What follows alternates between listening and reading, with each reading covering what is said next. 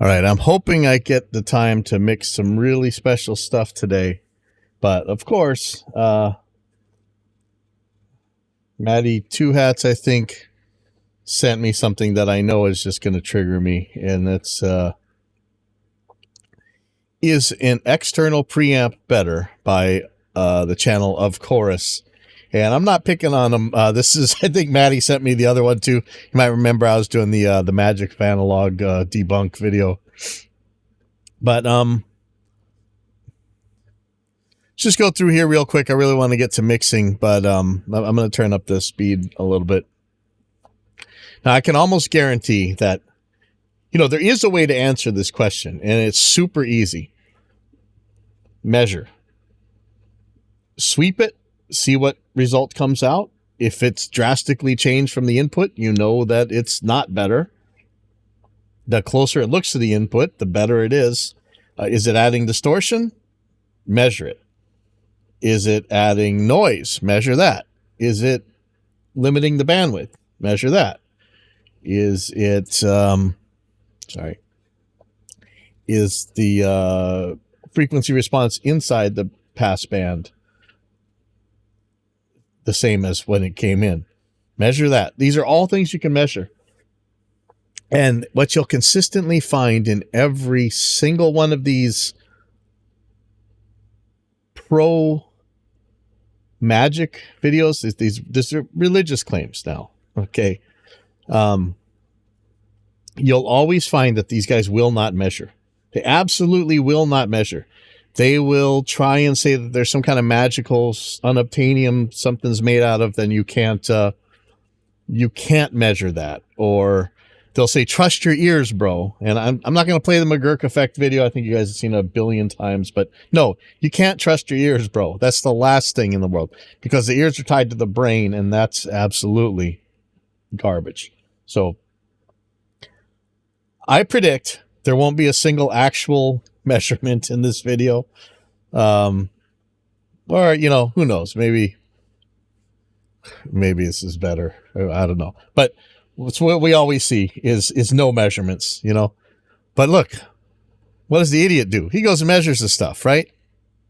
Here's real measurements. Here's how flat these things are, from the most expensive in the universe to the absolute cheapest. Yeah, here's the 88,000. That's the Behringer one. They're flat, man. All right. So let's just see what this is before we get to mixing, because I got something really cool to mix. Hopefully we shall see about that too.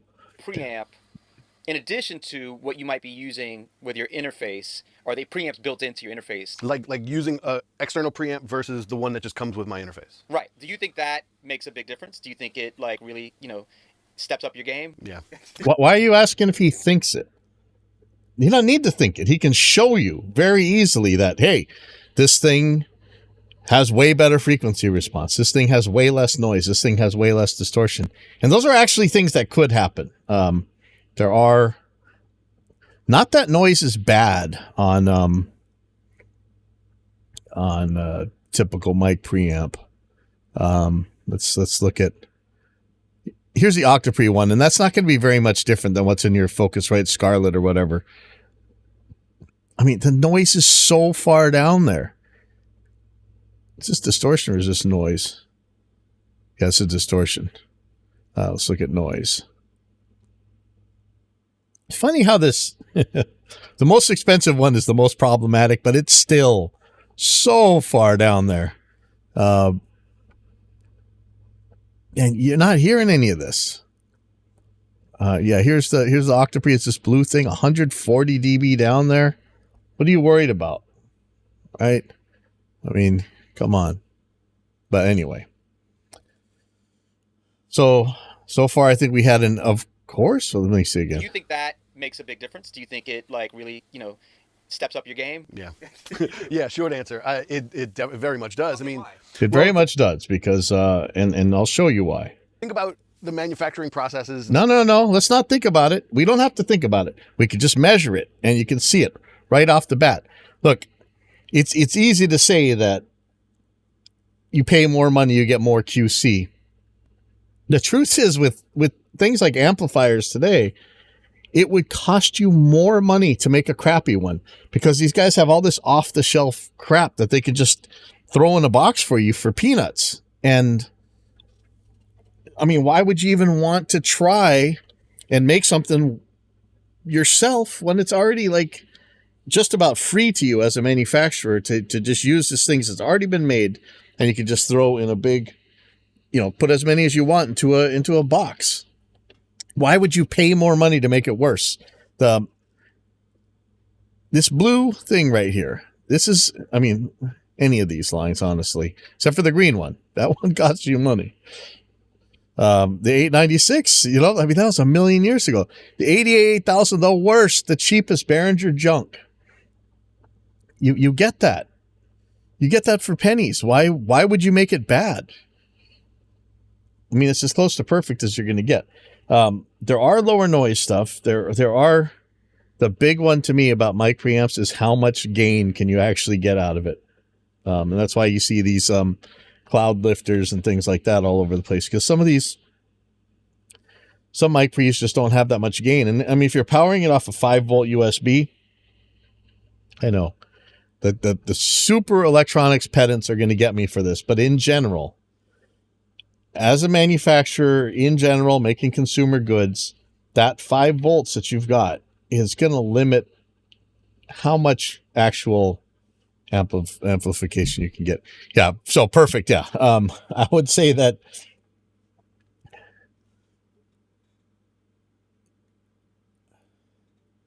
there's a certain amount of deviation from completely transparent that it has to get to before you actually notice something, before it's audible. And I would say that if something's underneath that, it's pretty much perfect. I mean, you could always do better, but it's not going to make any. Okay. So let's say you had one mic preamp that had its noise floor was minus 140 dB, and then this cheaper one where the noise floor was minus 128 dB, and your singer was consistently singing between minus 1 dB and minus 20 dB. So you're always at least 100 decibels below that, above that noise floor. When you release that song, there's nobody that's going to say, hey, man, if only you had that mic preamp that had 12 dB more lower of a noise floor than the one you used, it would have been a hit. That would have been a number one chart topper if only there was another 12 dB lower than the noise floor you had, even though when the one you had was already 100 dB below your noise floor. Right? That's what I mean by perfect. I mean, it's not gonna, pretty flat. Whatever bandwidth you need is represented there. Low distortion. Low, pretty flat frequency response, whatever. All right, so let's go. He's going to give the explanation. Stuff like that. It's weird to talk about it as the cart following the horse in the sense, but like when they're building an interface, they're doing their best to pick a preamp that meets a certain spec. And yes, a spec that's good enough and indistinguishable to the ear from not a preamp.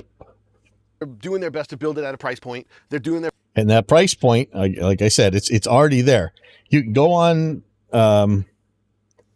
the industrial sites and you will find circuits already with these mic preamps. I mean, it's not like we're actually not the majority of people who buy mic preamps. Like the mic preamps are in everything, phones, all this telecommunications stuff, detectors, all kinds of things. So they're out there.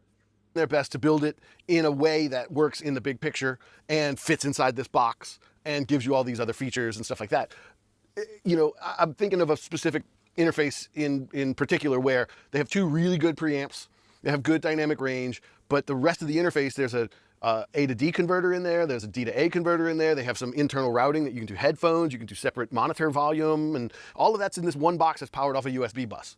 And then compare that to a Class A compressor, like a Neve 10 series, like a 1072, 1070, whatever, 1066, whatever, some classic Neve Well, mic preamp, not compressor, but not going to nitpick. variant, right? They're powering that with a 24 volt rail. There's no 24 volt in the USB bus. It's 5. Right. So, like I said, the one caveat I had was that you may not be able to get enough gain for like this RE20 right here or an SM7. But that's easy enough to deal with it. And seeing the other videos where it turns out that those cloud lifters and things actually add more noise and distortion than just turning it up digitally, right? 5 volts. There's Not that I'm not using a cloud lifter, because to me, psychologically, I need to see the meter over there bouncing up and down, which I won't see without the cloud lifter. So I'm actually adding noise and I'm adding distortion, just to make it nicer on me psychologically. So it's not like I'm immune to this stuff. serious chunks of iron in there for the transformers. There's All this stuff you're talking about, all you got to do is measure it. Just show us the difference. So Man Network says, I've ABY tested 1 trillion times and I've always landed on 1073. I wish I didn't like them. They're expensive. You know, a 1073 is not as, well, depends how you build it, but a 1073 is not necessarily going to be as flat as some of these newer, better mic preamps. There's so many different breeds out there, but you know, just the fact that you know that you're using something that, I mean, you know, the old saying, if it ain't broke, don't fix it. You know for sure that this particular thing has been used on a billion things that worked and we didn't have any problems. Just psychologically, right then and there, you're just going to say that, look, I know this works. I can move on and worry about something else. On the off chance that, you know, like you have these Behringer ones where as you move the mic preamps closer to the power supply, like 4 or 6 of the mic preamps are good and the last 2 are noisy as all, you know, there's all kinds of little things that you have to worry about. Hopefully, now, anybody who's actually had to work on Neves for a living knows this ain't true, but I mean, on a big console, I mean, on Neve, what do you got? A quarter of the channels working well at any one time. I mean, they were constantly fixing these things. They're constantly breaking. Like, man, it's just a nightmare of maintenance on these things. But hopefully you got a couple mic preamps in a rack, and it's kind of overbuilt. Like, you know, Brent Averill, even some of the cheaper companies kind of overbuild these things where you don't have to worry about them. And I think that the reliability, consistency and stuff, I mean, that's huge. Do they sound different? They could. You know, transformers don't usually have as much of a sound as people try and say, but they can. So I could see, look, you're not going to go wrong with the 1073, right? Oh, okay. Yeah. You've got a modern AMS Neve, never had problems. That's interesting. I mean, I don't know how they build them now, but man, I'll tell you, it's one thing with the 80 series, but when you're talking about like the 81, ribbon cable nightmares, the 51s and the switches that have like a working life of like 16 presses before the things are completely useless again. I mean, like, man, those switches will die as you solder them in. There's no way to soak off the heat. And man, I just remember these things being complete nightmares. I just want to sip the cyanide Kool-Aid when you're working on those things. All right, so let's see. So he's talking about all this manufacturing stuff, but, you know, just give us a measurement. just a lot more dedicated circuitry that is built to tailor the sound. And I mean, in the end, no, it shouldn't tailor the sound. That's the thing. Don't tailor the sound. Give me the straight wire with gain. That was, even Rupert Neve says that's what he wants. doing two things. They're raising the level of a microphone. There's impedance matching and stuff like that happens as well. They're raising the level of a microphone up to what they call line level. So the microphone level isn't strong enough to push all the way through the system. It's an oversimplification, but the preamp is bringing that level up to line level. So, right. So of course in that case, you do not want to tailor the sound. You just want to make it louder.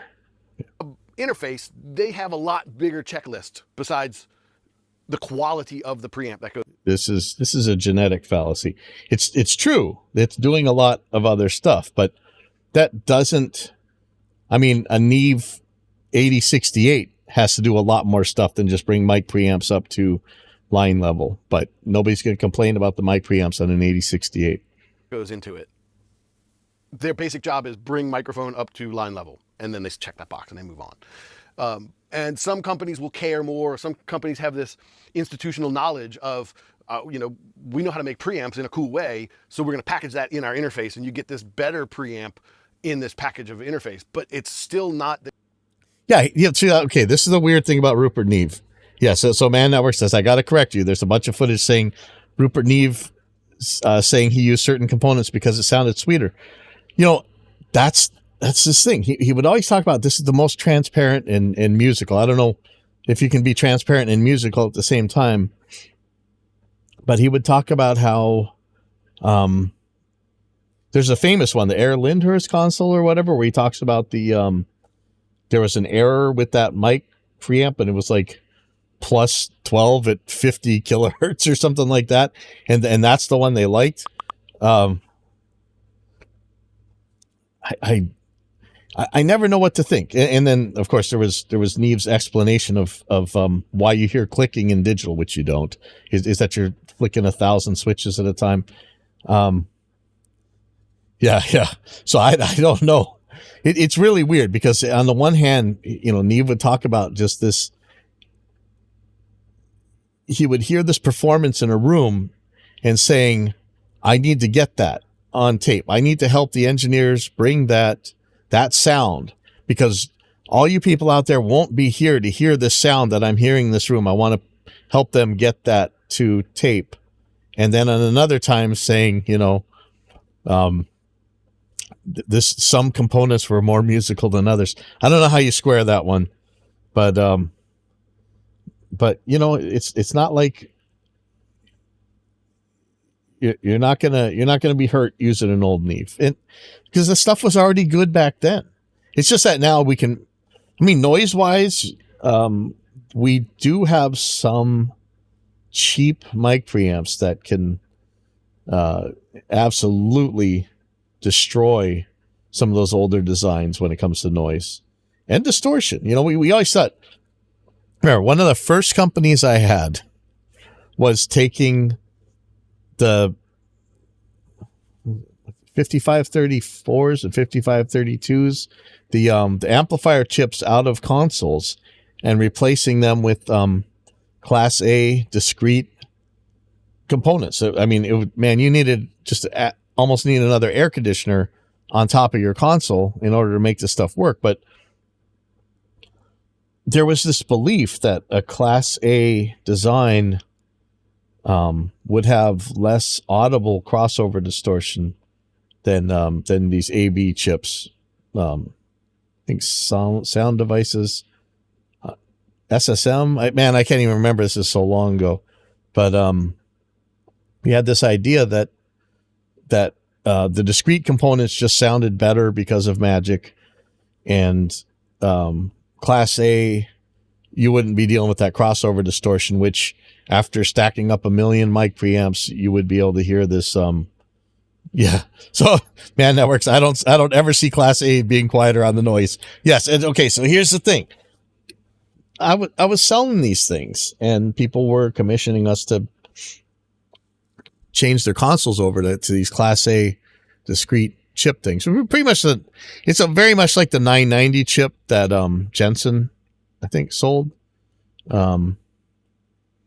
But because it was just so many in the console, it was better if we ribbon cabled it over to this other set of stuff that you could actually cool. Because man, let me tell you,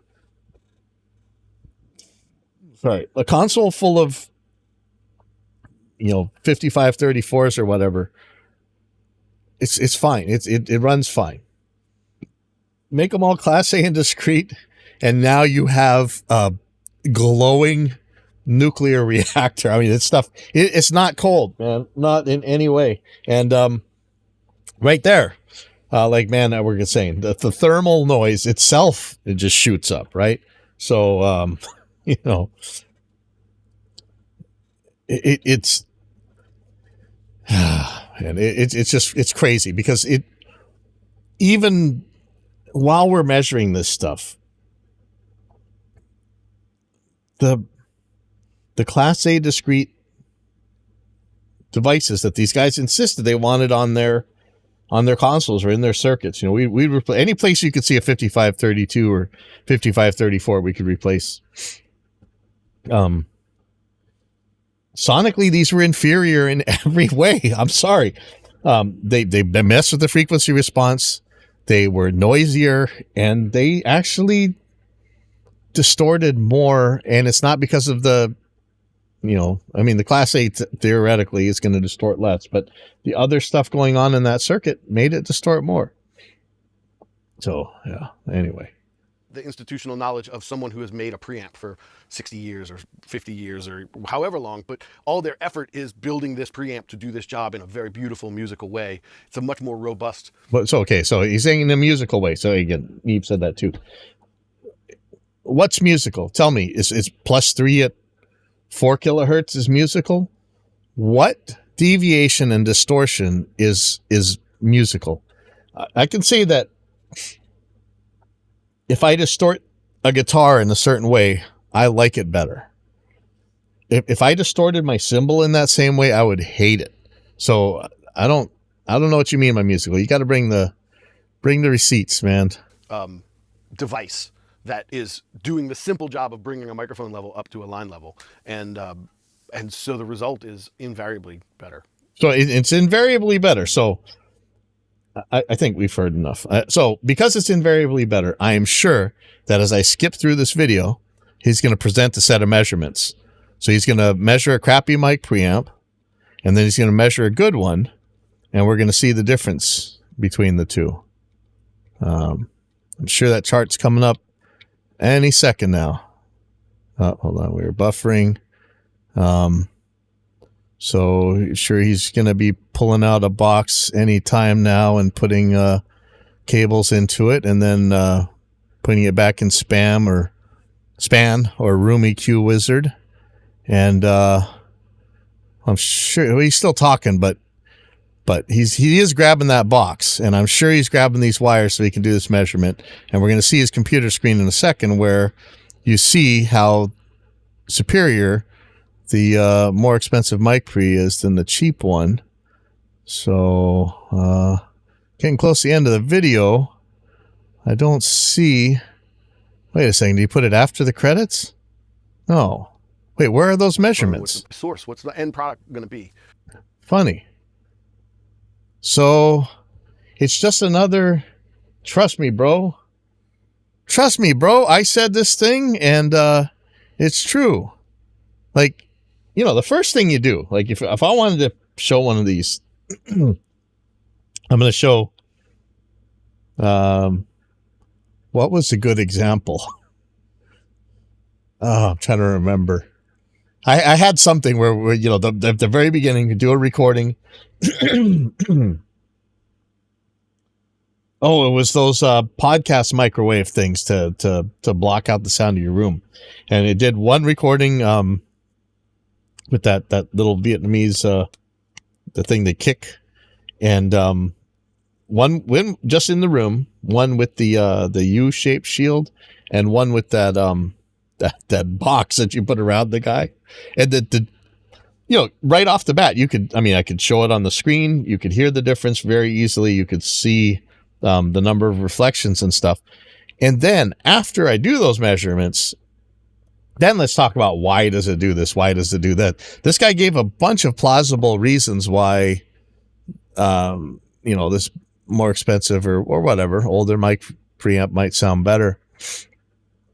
But it never shows us that it actually is true. I can go through the rest of this video later, but man, I am excited about mixing this thing. This is one little girl that I've had since she was like 9 years old, and nowadays she flies, the United Nations flies her around to play her guitar all over the world and stuff. But when she's home, she plays with some fun bands. Like she has like a video game band she plays with from time to time, or in this case, she dresses up like Angus Young and plays in the AC/DC band.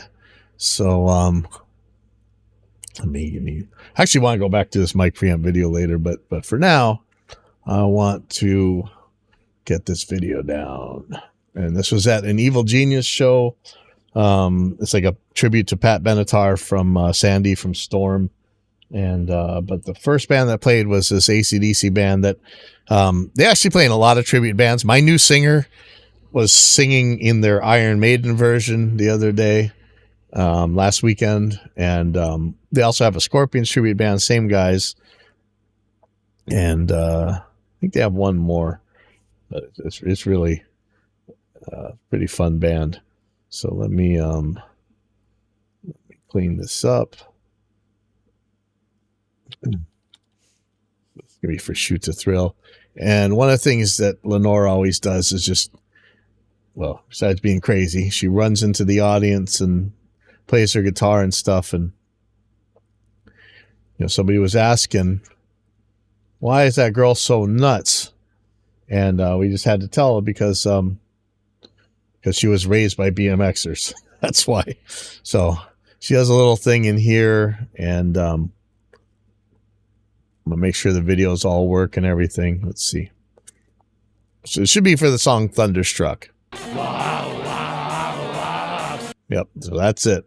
All right, let me grab some video here. So there's gonna be 2 videos that I gotta line up.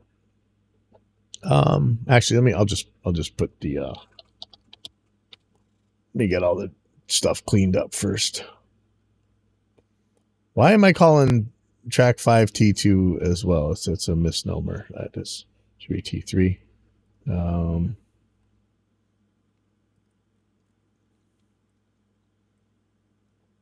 Now, this is when you guys hear me complaining about volume on live bands and stuff. This is one of the bands I always have problems with, but not that night. These guys were very much behaved and on top of it, and it was it worked out really well. So I was super thrilled about that, let me tell you. Keyboard. There's not actually a keyboard on this band, but it will be on the next, so maybe I'll just put this in here for now.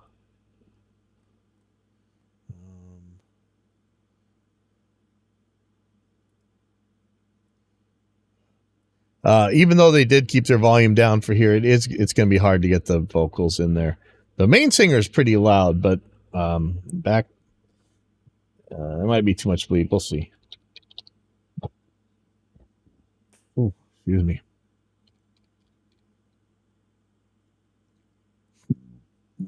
Excuse me. Sorry.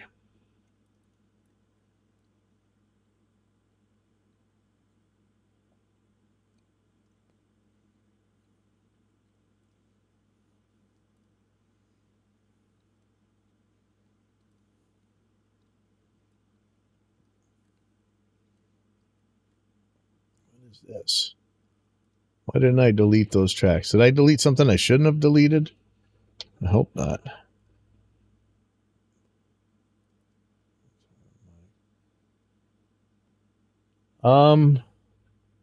Yeah, did me and Ethan Weiner ever have plans to doing roundtable talks with Glenn Fricker again? I hope so.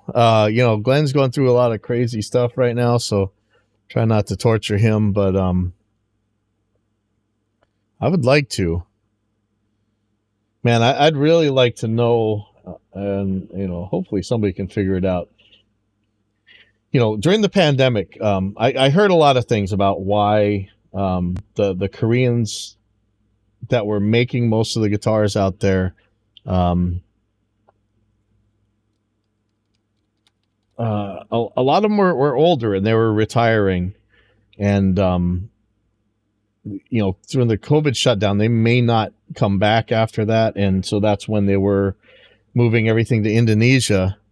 And, but it's weird that the guitar prices, as they went to Indonesia, they doubled. Like, why do I have to pay twice as much for not necessarily even as good of a product? And I mean, let's see, the first few Indonesian ones were pretty rough, right? I would love to know, maybe it's not such an Ethan Weiner thing, but probably something that Glenn's community is more in tune with about, this guitar manufacturer. I see, Cortec, World Music, the usual suspects, man, is double the price now. It's nuts.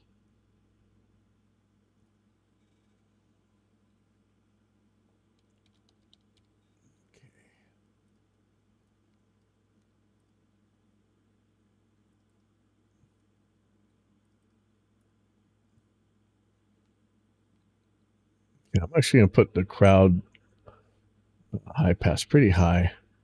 I'm probably not going to need this. This is just a just in case safety track for one of the guitars.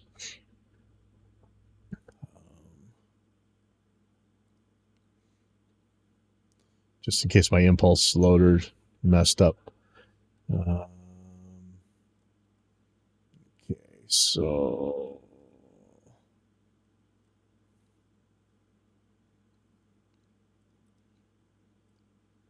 just gonna do a clip gain real quick. I know it's not always that quick. Actually, it's probably never that quick. Yeah, during COVID, there was a giant spike of guitar sales. Yep. I mean, record-breaking through the roof sales. Damn near every company went up in price to some degree. Yeah, it was crazy, man. And, there was a time where every used Squires and stuff were selling for more than the new ones. And like over here in Hawaii, we had these Craigslist ads go up where people were just buying anything. And, now that the smoke is all cleared and stuff, there was like a big container, those giant metal containers found of people who had bought all this stuff, and they never actually even got it off the island.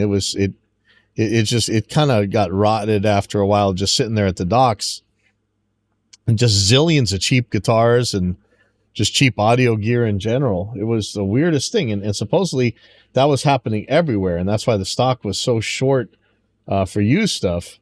And man, I kill myself for not buying off of Rondo all those World Musical Instruments guitars when they were like $300 or $400. I've got a couple of them, and my main guitar that I play, I think I got for $500 from them. Man, I wish I would have bought more, because at the time I was like, man, I can't wait till I can afford neck through body guitars. That's what I'm gonna get, is these beautiful neck through bodies. And now I find them like super heavy, and I don't need the upper fret access as much as like the bolt-on ones were fine, but I didn't buy any 25.5 scale inch ones. I've got a 27, which is cool, but I want the 25.5. And yeah, I hope used guitar prices are tanking, because man, they're expensive right now. It's ridiculous. And I mean, I thought by now the prices would go down, but it's still nuts. All right, so let's see if I got everything right here. So cymbals, I'm going to put high pass filter on this as well.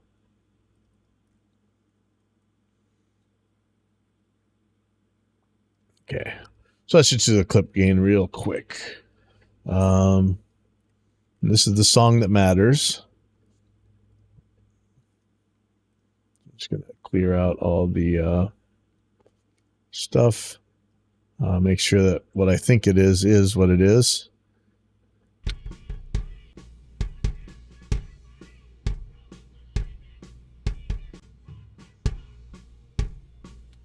Okay, so that's good. The next band could be a little bit different.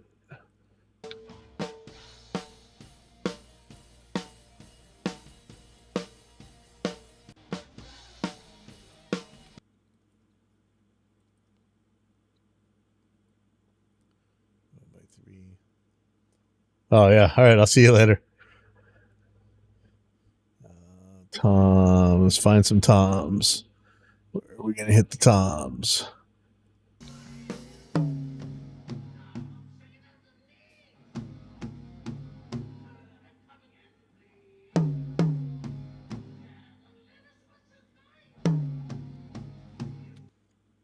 Okay, so we're in pretty good shape. Turn up the high tom by a bit. Turn down the middle tom by the tiniest bit. And turn up the floor tom a bit. Oh, don't want to move it.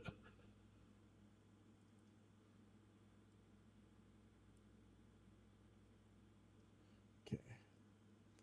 That's good. I'm going to do one cymbal at a time. So hi-hat. Where's the hi-hat? Where's he hitting the hi-hat?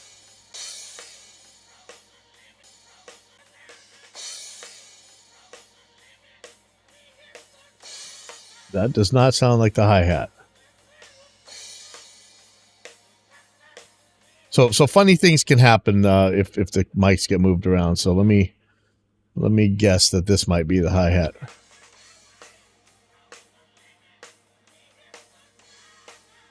Maybe not. He actually had two hi-hats. Yeah, that was a little bit weird. This may not end up that good on the cymbal side.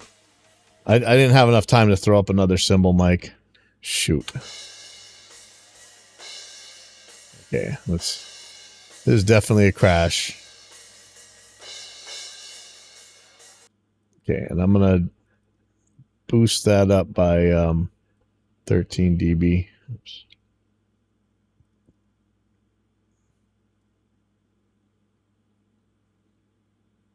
Yeah, that's a bummer. I may not see. It's always something, man.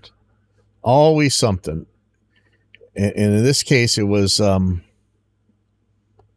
he had extra cymbals. Oh man.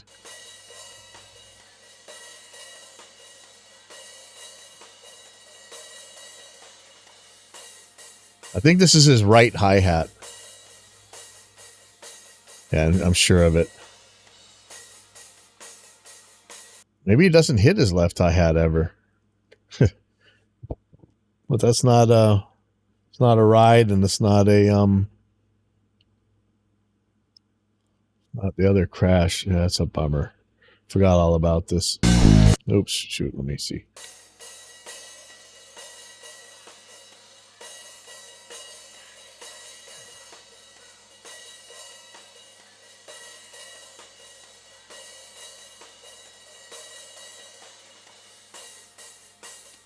Okay, I'm going to raise this by 17 dB.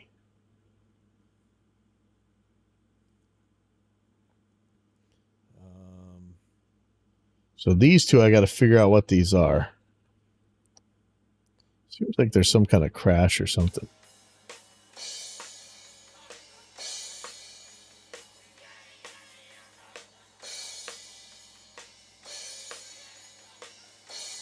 Okay, so this is going up by 13.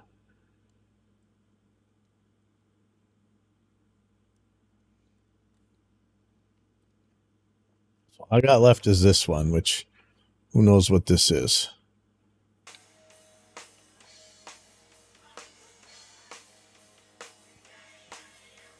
May not be anything.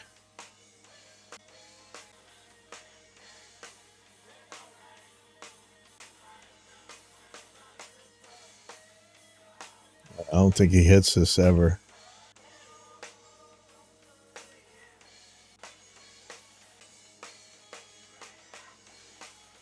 All right, well, cymbals are going to be a little bit gross. I'm just going to mute that one. Start panning these guys. Hopefully this these tom mics work out this time. I've been having a little bit of trouble lately, so we're going to see. So it's funny because there's one hi-hat's on the right side. It's not really going to have a crash on the other side. I don't know what this is. I'm just going to make that the crash.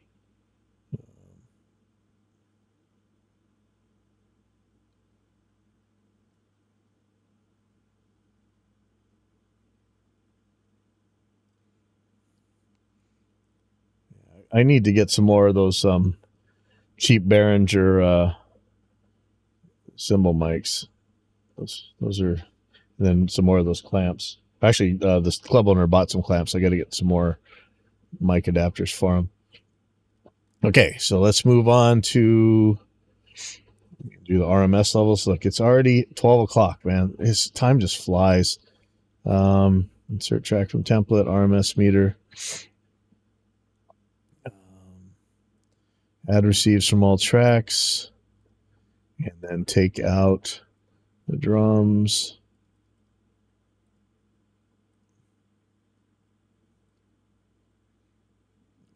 Guitar folder. Keyboard folder.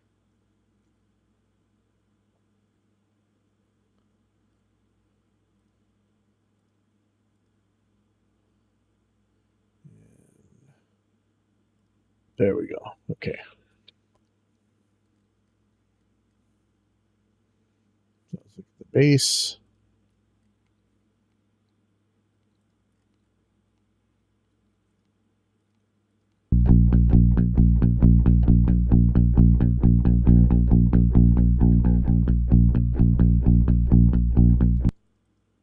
Okay, so that's going down by 7.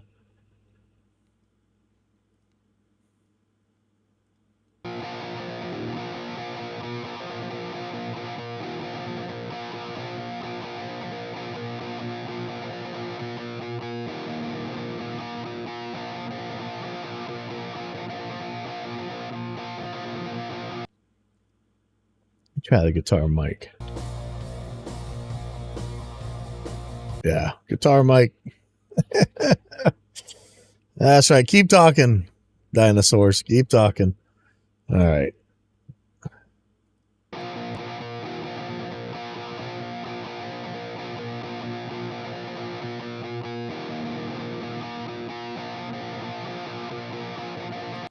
Okay, this is going up by 9 dB.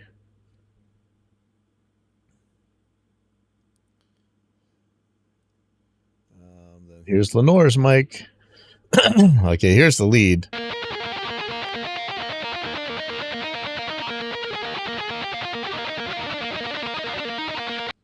So I might have to turn down the rest of the guitars. So this is our lead volume, and that's probably gonna be, you know. In fact, I'm just gonna use the rhythm volume. Sorry, hold on.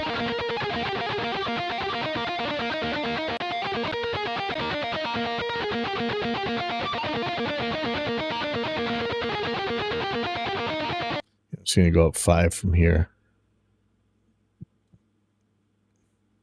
Is that right? No.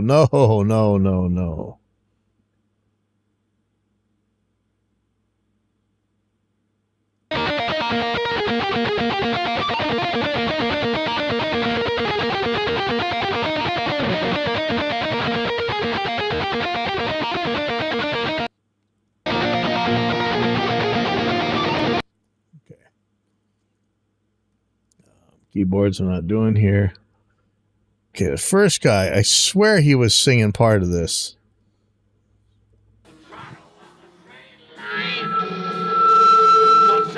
Oh, this is where his mic fell. It fell into the monitor speaker. That's right.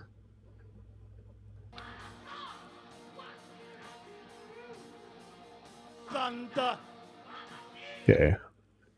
So, oh, so he's doing stuff. Okay, we're gonna.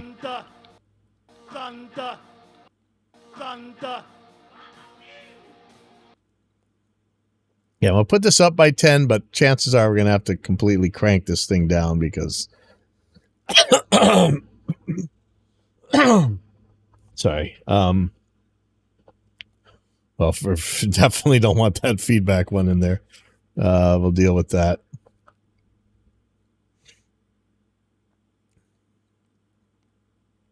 Thunder.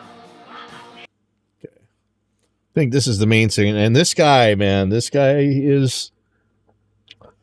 the AC/DC Singers. Thunder, what I knew! There was no help from you! Thunder, sound of the guns! Beat it in my heart! I think his mic was cutting out too, so there's a couple of weird things, but we'll deal with that. In general, the performance will make up for it. And then here's Brian.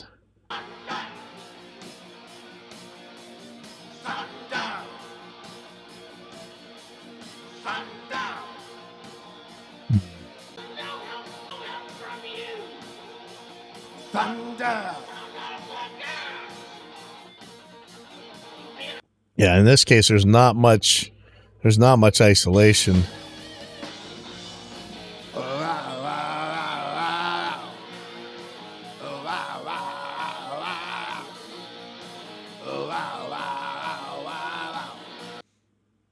I may or may not be able to use this at all. But you know, that's how it is. Live vocals are stuff gonna bleed. Yeah, look at this. I'm not even started yet, and I'm already so far in here. Okay. Let's look at the crowd.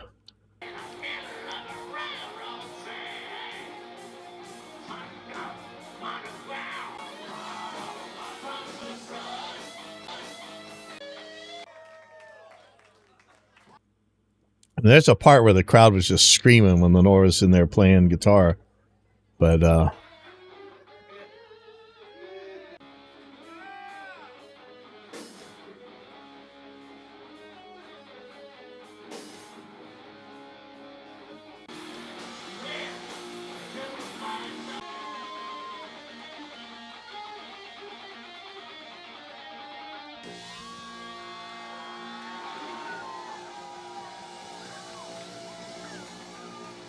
okay, so I'm gonna put both these up by 15 dB. Yeah, unfortunately, I hope there's enough crowd screaming noise. Somebody sent me what might be the files that could actually. Let me send this to myself real quick. Maybe there's some better.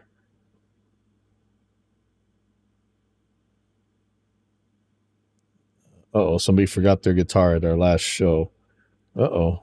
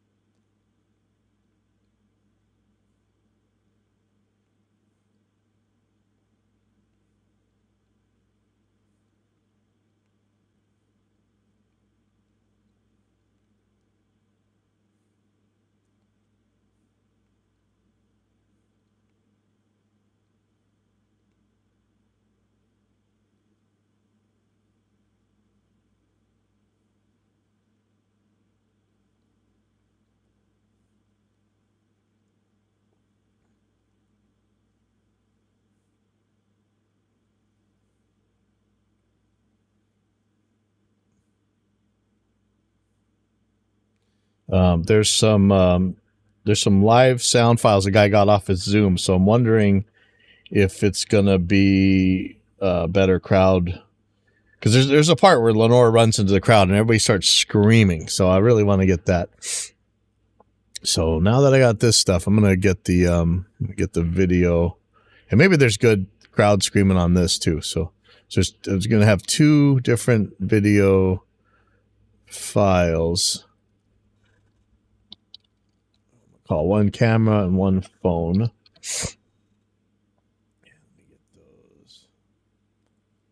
Ooh, I got to clear out some space. I got a bunch of red hard drives, and one of them's SSD, which is definitely not good to be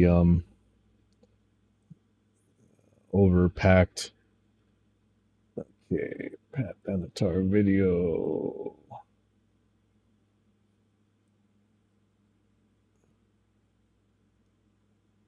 I got 3. I don't know why I have 3. 3 too long. 51, 52, 53. Then I have one that's going to be the phone. And that's this guy. Oh no. Is it not a format I can use? Oh, no, it is. Okay, good. Whew. That was scary. Maybe I can line up this one right now. Let's see.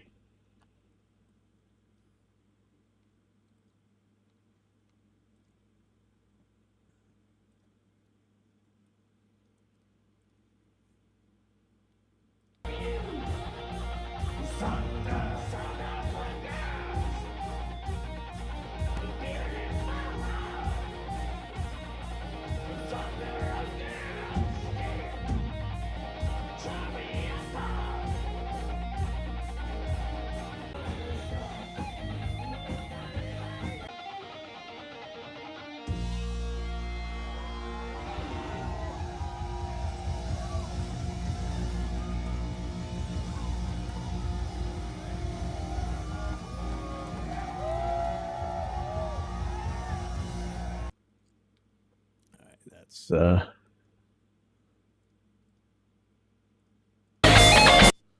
oh, that hurt. Hold on, sorry. Ouch. Wow, ouch. Just gonna leave the crowd up and some of the drums. Ouch.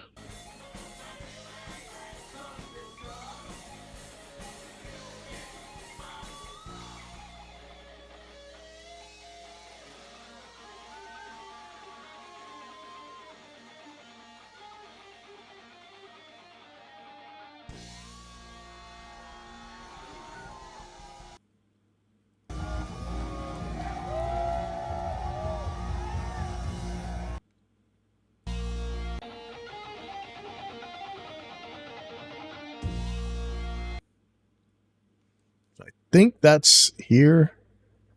I'm gonna find out.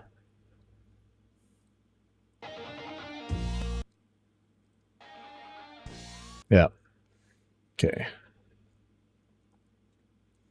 I really want the screaming there. Okay, so let's see if this is right.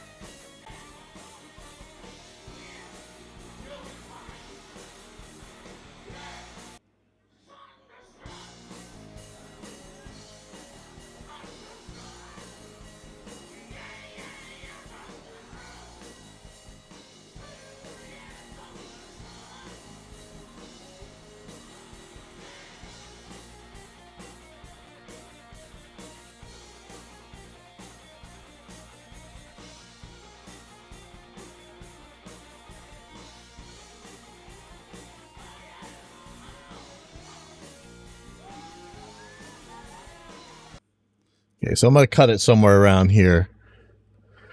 And let's get the other one lined up.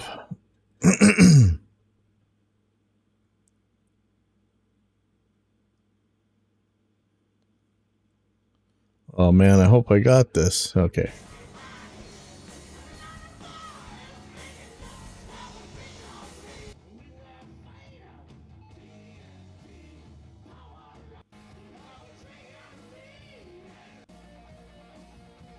Okay, there it is. Okay.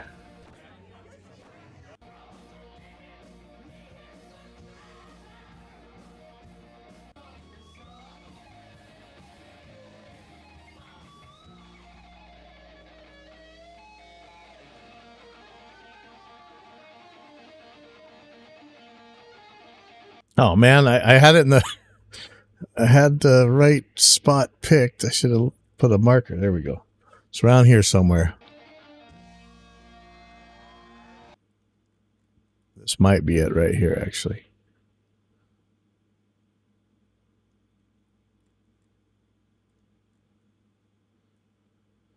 It's scary to do this enough where you start seeing all this stuff.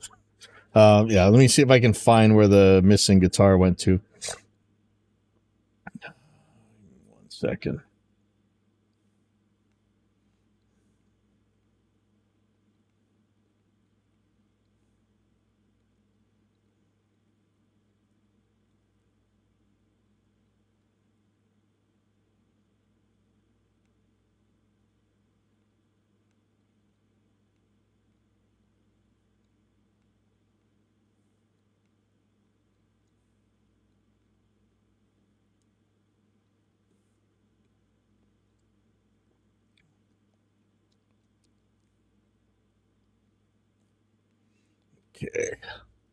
Okay, let's see if I got this right.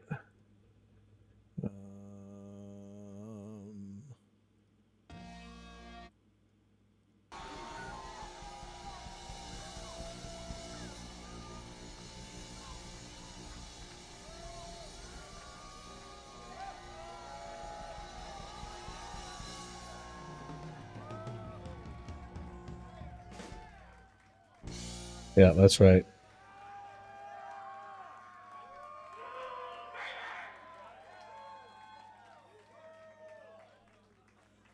We got an amazing band coming up right now.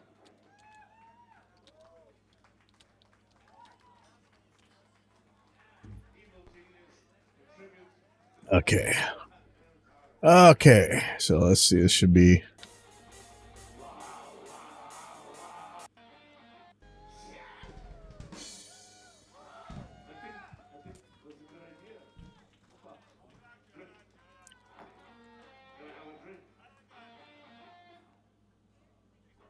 Okay, so I'm gonna want to cut this video.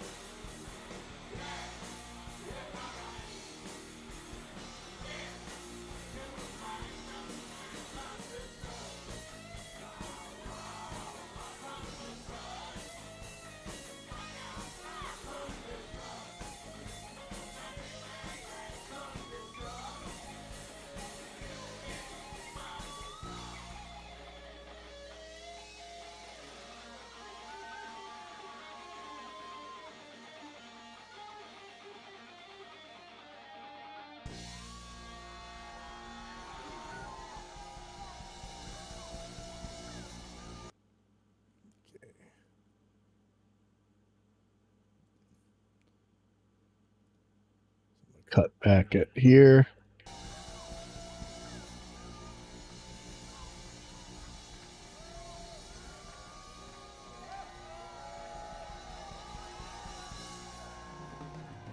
All right, let's get mixing. All that prep work. Oh, yeah, here we go.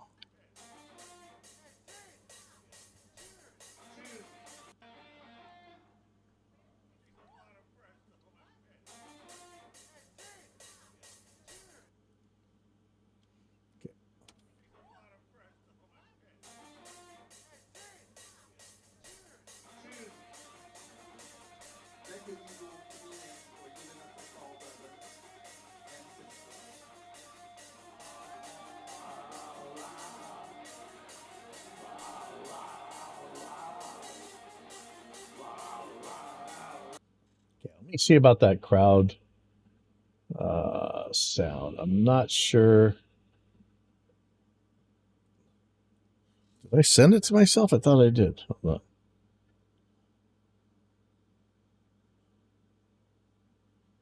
Okay. Did I not send it? I did. Where is it? There it is. Okay. So I don't know that this is actually going to have sound from. Actually, there's nothing in there. Folder is empty. Okay, well, that doesn't do me any good. I just want, man. There's just people were screaming when Lenore was doing this stuff, but oh well. Let's just go through this my normal way.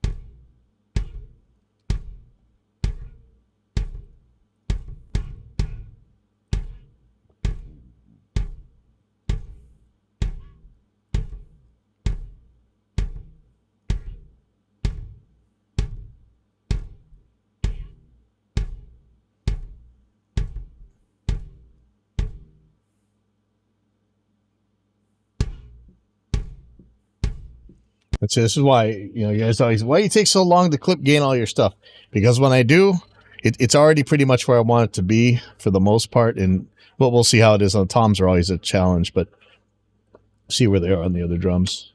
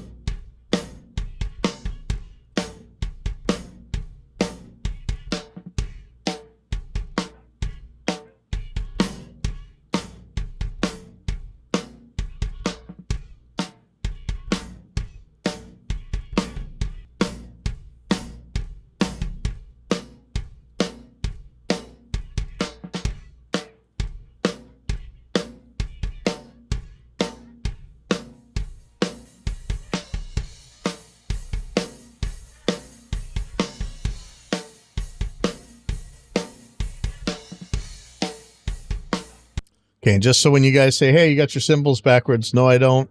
If you watch on the video, you're going to see that the drummer's got a right side hi-hat and a left side hi-hat. That's why that looks like that. Okay.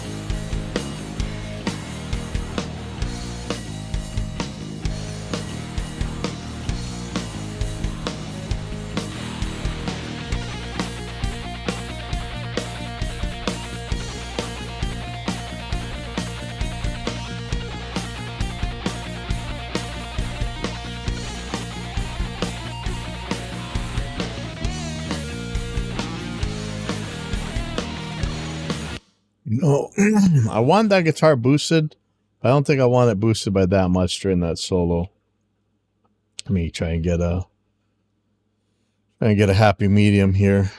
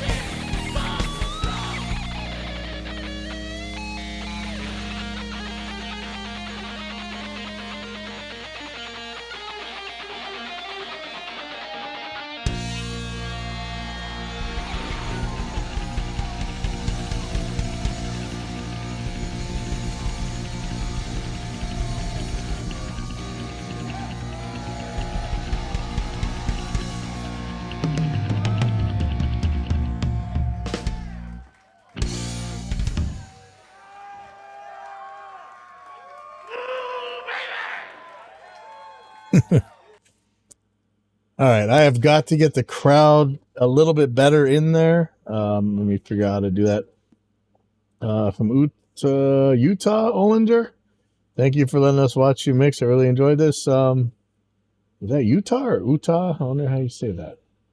Interesting. Let's see. So I have some other tracks I can try. Try putting better crowd into there. I don't know.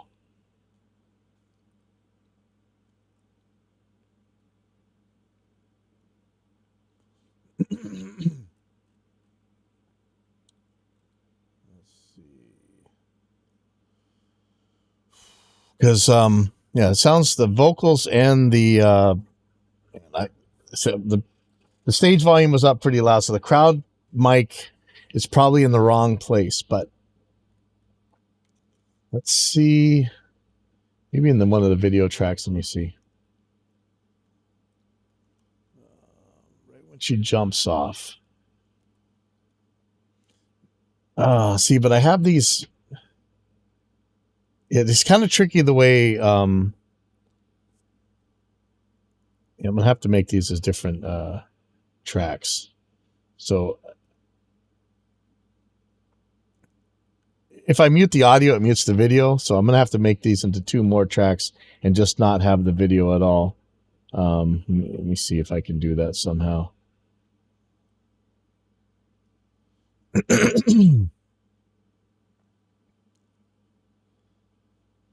So hopefully, no matter what I do to these, it won't do anything to the video. So I'm gonna unmute this.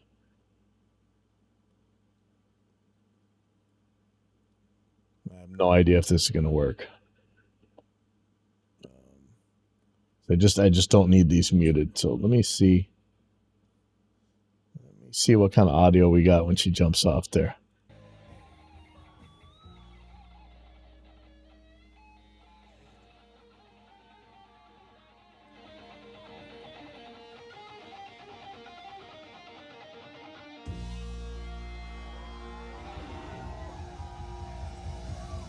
Okay, that's pretty good. Let's see about this one.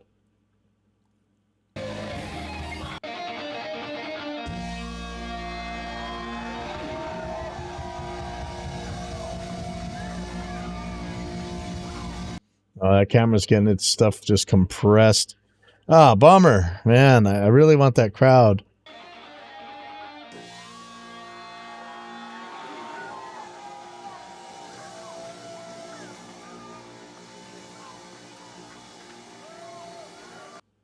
Maybe there's something I can do EQ-wise. Hold on.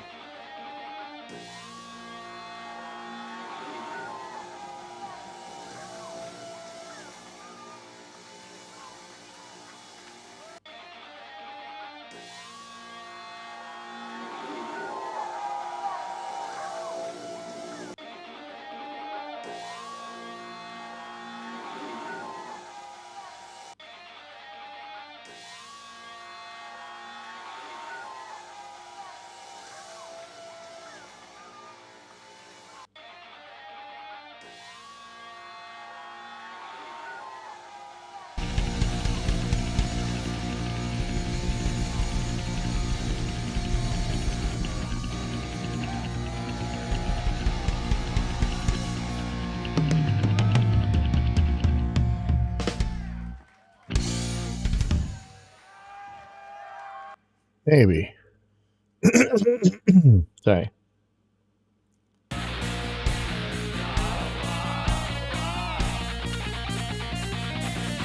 Oh, yeah. So, yeah, Utah. Okay, good. One of my favorite places. One of the 4 corners, right? Some of you guys know I'm a true Phoenician. And Utah is just as pretty. Had a little bit more streams and amphibians.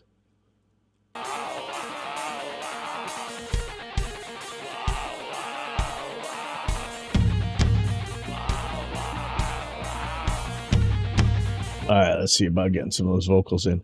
And man, I'm still really far behind on mixing. I have those tracks from Penny I got to get on here.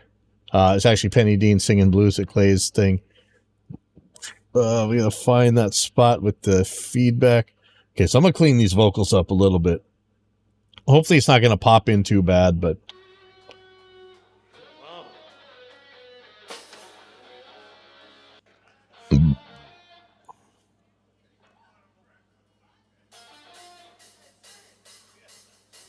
Cheers.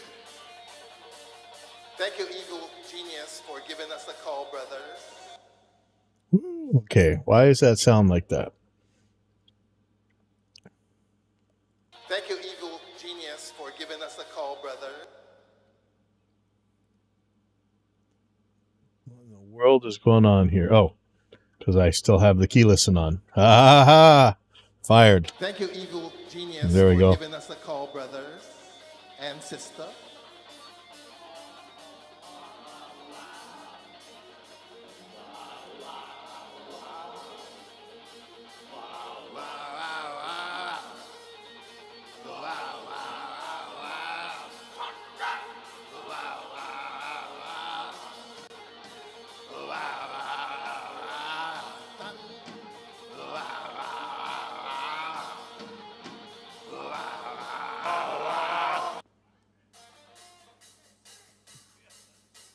Cheers. Thank you, Eagle Genius, for giving us the call, brothers and sister.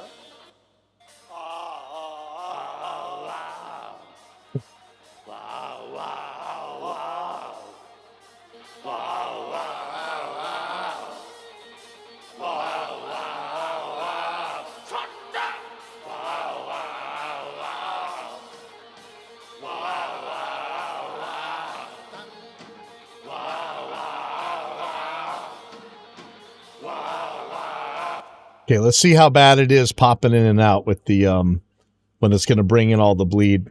I think it might be okay. Well, we shall see.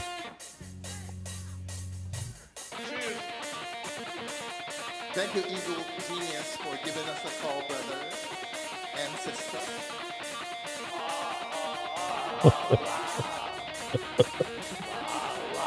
Oh man.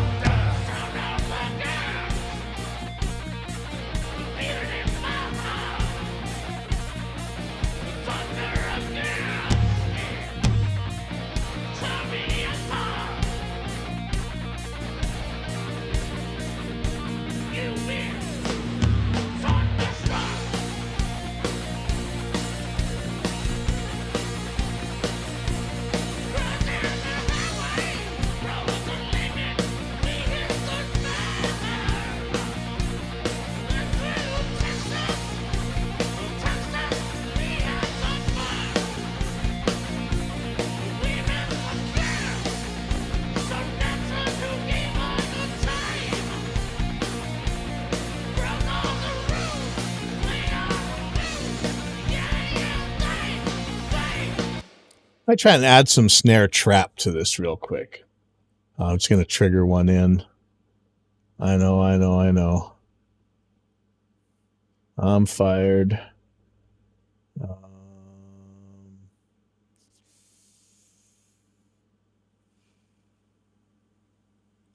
Okay, one of the CLA presets.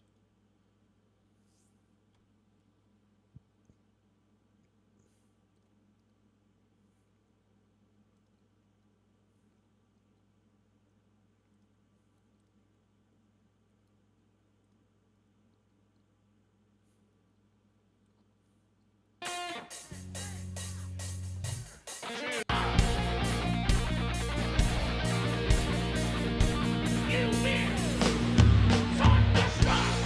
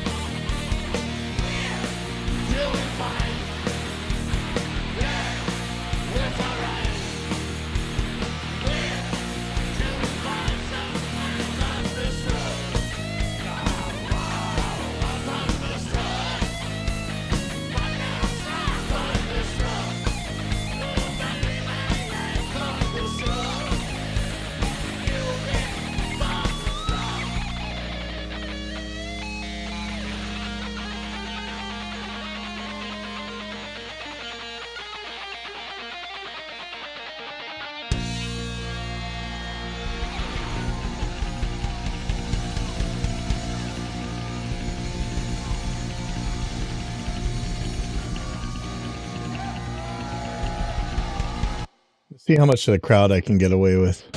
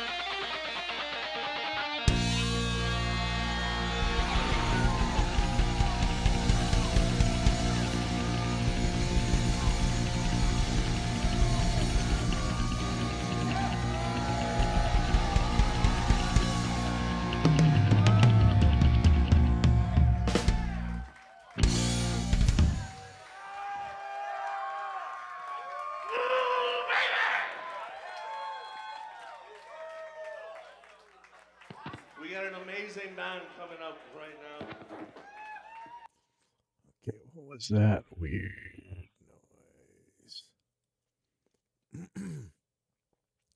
Man, Lenore's had some rough stuff in her life lately, and pretty cool to see her. She is definitely happy running around there. You see her smiling and everything. Okay, where is that vocal I'm looking for? So much to ever test.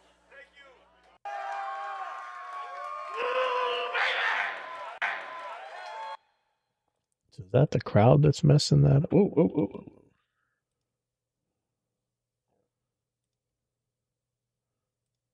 Let's see.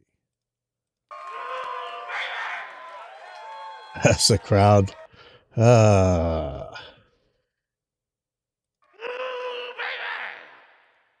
that's worse. I will mute this. Okay.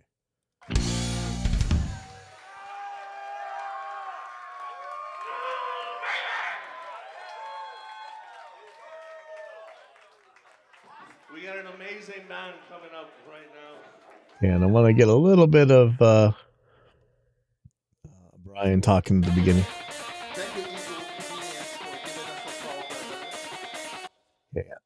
I know it's going to break the fourth wall, but I'm putting this in the center. Watch. Thank you, Eagle Genius, for giving us a call, brother and sister.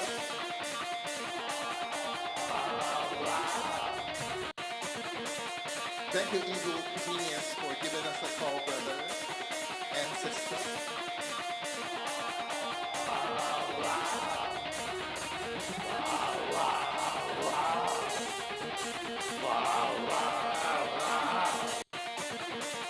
Thank you, Eagle Genius, for giving us a call, brother and sister. Thank you, Eagle Genius, for giving us a call, brother and sister.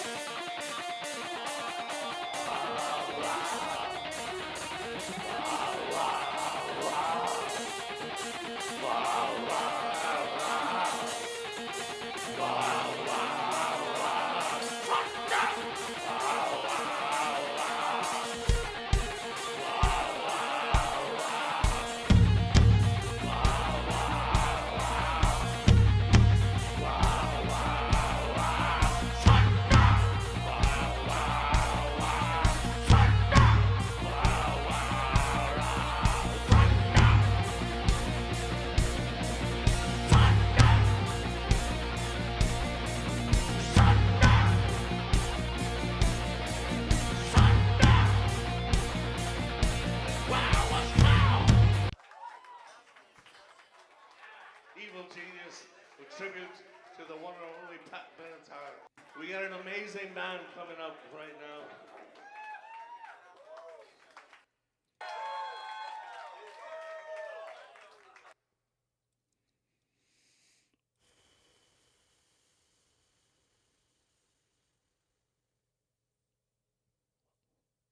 Why do I always lose where that Viewmaster track goes? So bad.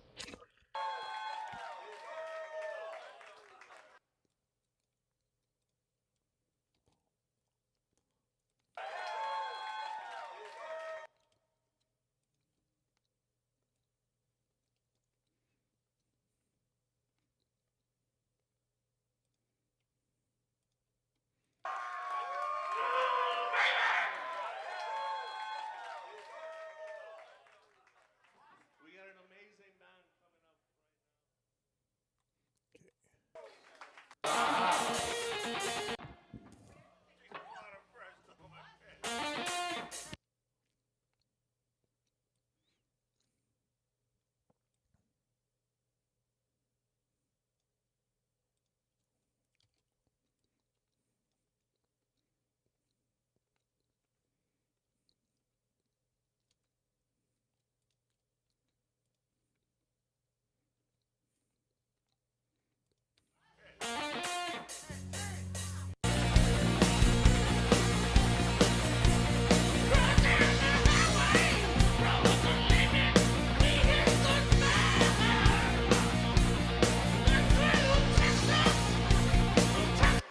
Okay, watch your ears. It's going to get loud and quiet and loud and quiet again. Bring this up to level here.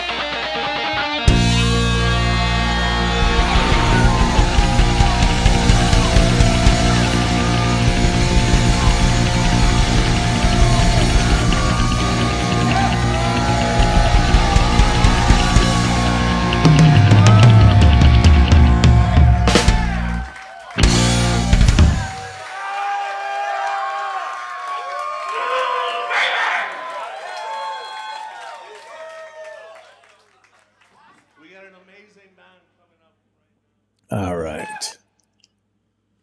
Okay, so I have. Well, it's almost time for me to get out of here. Wow, this went by way too fast. All right, thanks everybody for tuning in. I'm just going to render this, put it up on the YouTube channel, and hopefully I'll get back to the other 5,000 mixes I'm behind in a little bit. I'll talk to you later.